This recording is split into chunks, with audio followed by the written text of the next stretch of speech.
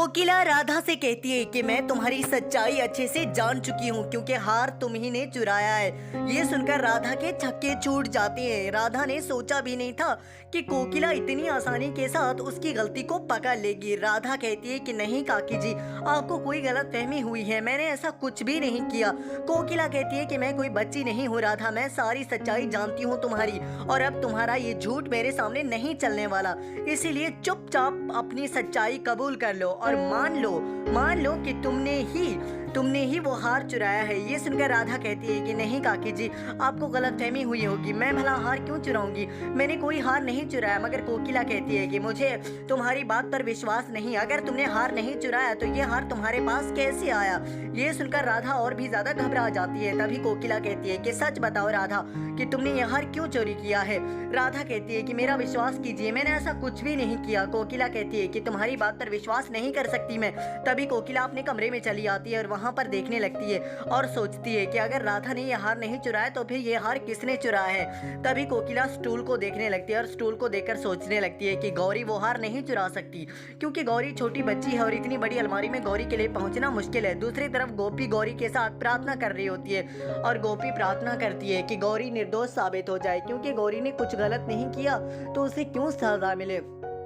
गौरी और बाकी सब लोग प्रार्थना कर रहे होते हैं। फिर राधा वहां कमरे में चली आती है और बौखलाहट में राधा के कपड़ों से हार लग जाता है। गोपी और बाकी सब लोग पूजा खत्म करके घर की तरफ जाने लगते हैं। गोपी कहती है कि कुछ भी हो जाए लेकिन आज मैं गौरी को निर्दोष साबित करके ही रहूंगी।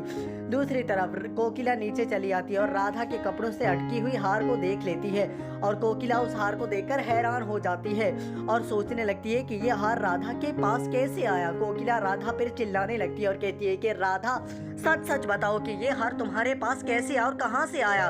राधा कहती है कि कौन सा हार, किस हार की बात करनी है आप काकी जी, मेरे पास तो कोई भी हार नहीं है। ये सुनकर कोकिला कहती है कि बंद करो अपना ये नाटक राधा, मैं उस हार की बात कर रही हूँ जो तुम्हारे दुपट्टे के साथ अटका हुआ है। ये सुनकर राधा को एक बार फिर से सदमा लग जाता है और राधा अपने दुपट्टे की तरफ देखने लगती है।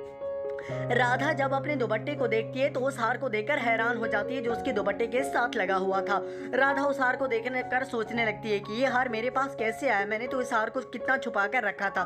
तभी बच्चे कहने लगते हैं कि यही चोरनी है, अरे हम तो कब से कह रहे थे कि इसी ने हार को चुराया होगा, यही घर में चोरियां करती है। ये सुनकर कोकिला को गुस्सा आता है और कहती है कि तुमने हार क्यों चुराया, सच सच बताओ राधा, नहीं तो मैं तुम्हारा वो हशर करूंगी कि सारी जिंदगी याद रखोगी तुम और चोरी करने की काबिल नहीं रहोगी तुम।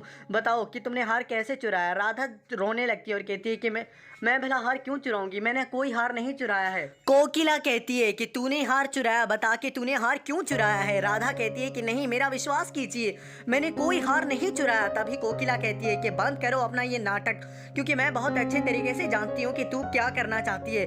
तू जानबूझकर इस हार को चुराकर गोपी बहू को बदनाम करने की कोशिश करना चाहती है ना। मगर मेरी एक बात याद रखना राधा, मैं तुम्हें इतनी आसानी के साथ नहीं छोड़ूंगी। जो तू करने वाली है ना मेरे परिवार के साथ, तुम्हें तुम्हारे गलत इरादों में कभी कामयाब नहीं होने दूंगी। ये सुनकर राधा के छक्के छूट जाते हैं और परेशान हो जाती है और सोचने लगती है कि अब इस कोकिला मोदी से कैसे जान छुड़ाऊं, ये तो मेरे पीछे ही पड़ गई है।